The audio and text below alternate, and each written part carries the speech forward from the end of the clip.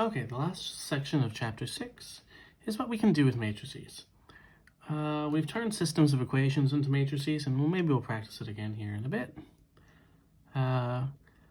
We generally call these by names. The idea behind this is that really this matrix that we turned our coefficients to times x and y were equal to the solution matrix, which we kind of skipped around this reality for the moment when we did it at first, but we'll revisit this again. Because again, when you do matrix multiplication, it'll be 2 times x multiplying across and down times plus negative 3 times y equals 4, which represents the equation. Same with the second equation. We generally refer to this as A times the x matrix equals B, where B is the solution matrix, x is your variable matrix, and A is your coefficient matrix. Now in matrices, we can show something interesting. AX equals B, of course, but in order to get x by itself, we have to take A inverse on the left side, so it can cancel out A.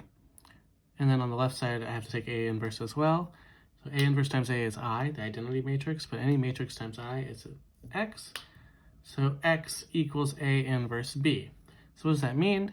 To solve these, there's another option for us. If we can find the inverse matrix and then multiply it by B, that will also give us our x, y matrix. So let's see what this actually looks like in a problem. So A is 2, negative 3, 1, 5. B is 4, 2. So first off, A is 2 by 2. Our solution is 2 by 1, which means we know the inside has to match if they're going to multiply, and then the outside number goes here. So we know X is a 2 by 1 matrix just by our dimensions argument. So we know we're going to come up with 2 answers. But first I need to find A inverse. So to do that, remember I take my matrix, this is from the last section, and put it up against 1, 0, 0, 1, and try to get the numbers to work out. So I divide row 1 by 2, 1, negative 3 halves, 1 half, 0, and of course row 2 stays the same. I have to get a 0 now in the second column, row 2 minus row 1. 1 negative 3 halves, 1 half, 0 stays. This is now 0. 5 minus negative 3 halves, so 5 plus 3 halves is 13 halves. 0 minus 1 half is negative 1 half. And 1 minus 0 is 1. I have to get a 1 down here as well, so now it's going to be row 2 times the reciprocal, 2 over 13. So we have 1, negative 3 halves, we have 1 half and 0.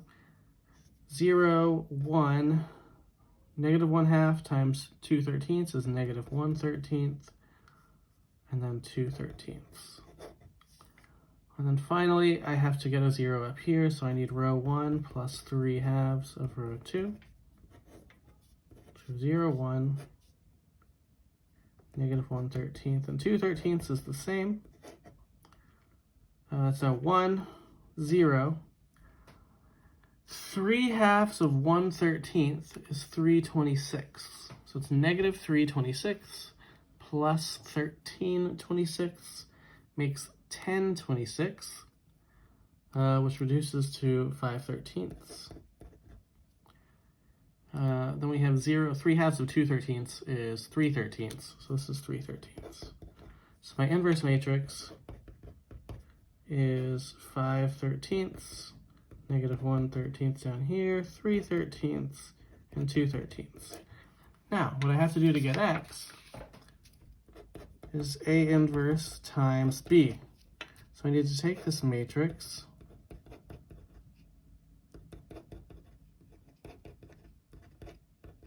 and multiply it by the 4, 2. So 5/13 times 4 is 20/13, plus 6/13 is 26/13, which reduces to 2. Negative 1/13 times 4 is negative 4/13. 2/13 times 2 is positive 4/13. They add 2. 0/13, which is 0. So the solution to this equation is x equals 2, 0. which is really the solution to the equation 2x minus 3y equals 4, and then x plus 5y equals 2. It's just a different way to go about getting the solution to this, given that it started in matrix form. Now, we can repeat this process again for a second equation, but one thing we do know is that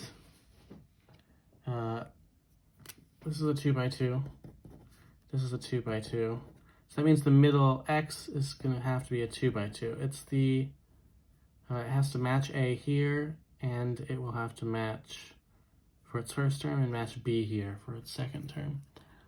We can do this again. So what is A inverse?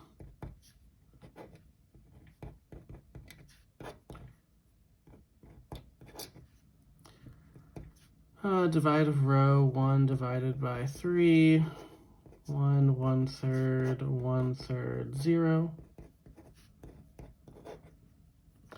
Row 2 minus 4 row 1s. 0, this is now 2 minus 4/3, which is 2/3. 0 minus 4/3, which is negative 4/3, 1. I have to multiply by 3/2.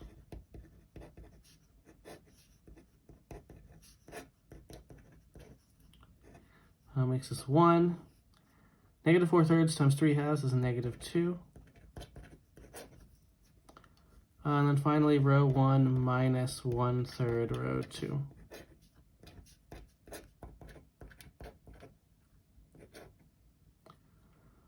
One third minus 1/3 is 0. 1/3 minus negative 2/3 is 1/3 plus 2/3 is 1. 0 minus negative 1/3 3/2 is negative 1/2, so this is 1/2.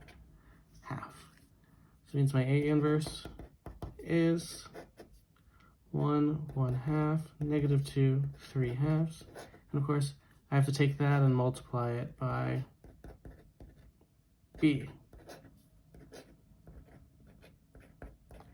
Now, because this is a 2 by 2, there's actually 4 variables here. First row by first column. 1 times 3 is 3. 1/2 times 5 is 5/2. 3 plus 5/2 is 11/2. Row 1 times column 2. 1 times 4 is 4. Half of 6 is 3. 4 plus 3 is 7. Row 2 times column 1.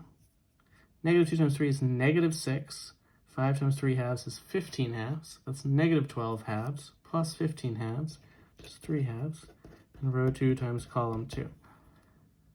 Negative 2 times 4 is negative 8. 6 times 3/2 is 9. Negative 8 plus 9 is 1. So that when I get these all, I need to make sure that this all goes in the right place. So here's an example of where the matrix is rather unusual. This isn't just like an XY. This is kind of a 2 by 2 matrix, which could be like X, Y, Z, and W, sometimes your homework will call it. So keep in mind that there's more than just a single column of solutions, which we knew from the beginning. We said X was a 2 by 2 matrix. So that is something that can happen. And we can also do this for 3 by 3s. On the test, I won't do a 3 by 3. So we can do a 3 by 3 in class. And we'll continue to see more applications in the next video.